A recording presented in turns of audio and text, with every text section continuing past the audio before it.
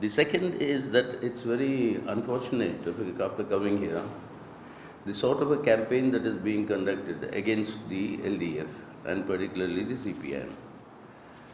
I was at Vadagaraya yesterday and I saw the sort of that very obscene, virulent social media campaign that was conducted against Comrade Shailaja.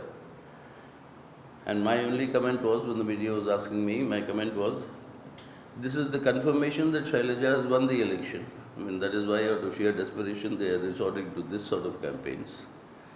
Now, but that the level of campaigning which we think should be, a decorum should be maintained by all means.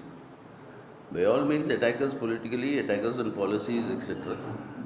But don't demean the election campaign into this personal and this sort of personal attacks and this sort of a degeneration. That is why I find it very strange when when the UDF and the Congress says that the LDF and CPM has been silent on attacking Modi. Now we'd like to, I only want to point out facts. I mean no other comments on anybody else, no individual, no comments on their comments. But what are the facts? When the CAA was implemented in the parliament, not only did we oppose it, but we raised a public campaign against it, saying that this is anti-constitutional because it links citizenship with religion, which the constitution does not permit. And this national campaign that was conducted by us, and in that entire national campaign,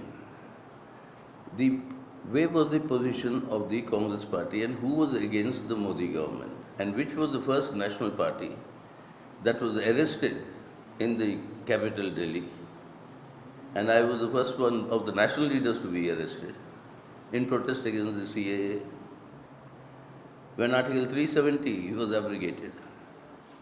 Which was the national party that went to the Supreme Court challenging its constitutionality, constitutional validity? It was the CPIM.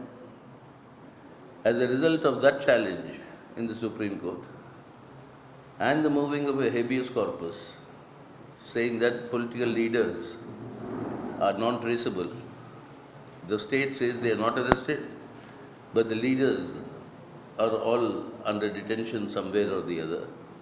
So habeas corpus, when it was moved, I was permitted by the Supreme Court to enter, the first person outside of Srinagar, to enter into Srinagar and meet all the political leaders, including my party leader, and that was done. Who breached the Article 370 restrictions?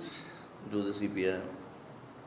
On the Bilkis Banu case, amongst the petitioners, which was the political party that petitioned saying that those gang rapists and murderers who did that communal campaign, who were exonerated, pardoned by the court, that pardon should be reversed and they should be sent back to jail.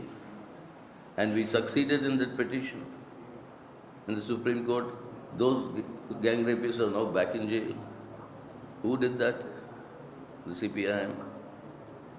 Who is the one that moved the Supreme Court against the electoral bond saying they are unconstitutional? And the Supreme Court permitted the CPIM to saying that it has the locus standi, that the CPIM has the locus standi, while other political parties do not. We have the locus standi because we are the only political party that opposed the electoral bonds both in Parliament. I had moved amendments to the thing which were carried in the Rajya Sabha, but they were overturned by the Lok Sabha then, in those days. And then we refused to accept any of these electoral bonds. That is why Supreme Court permitted us, and finally we won our contention. The electoral bonds are unconstitutional.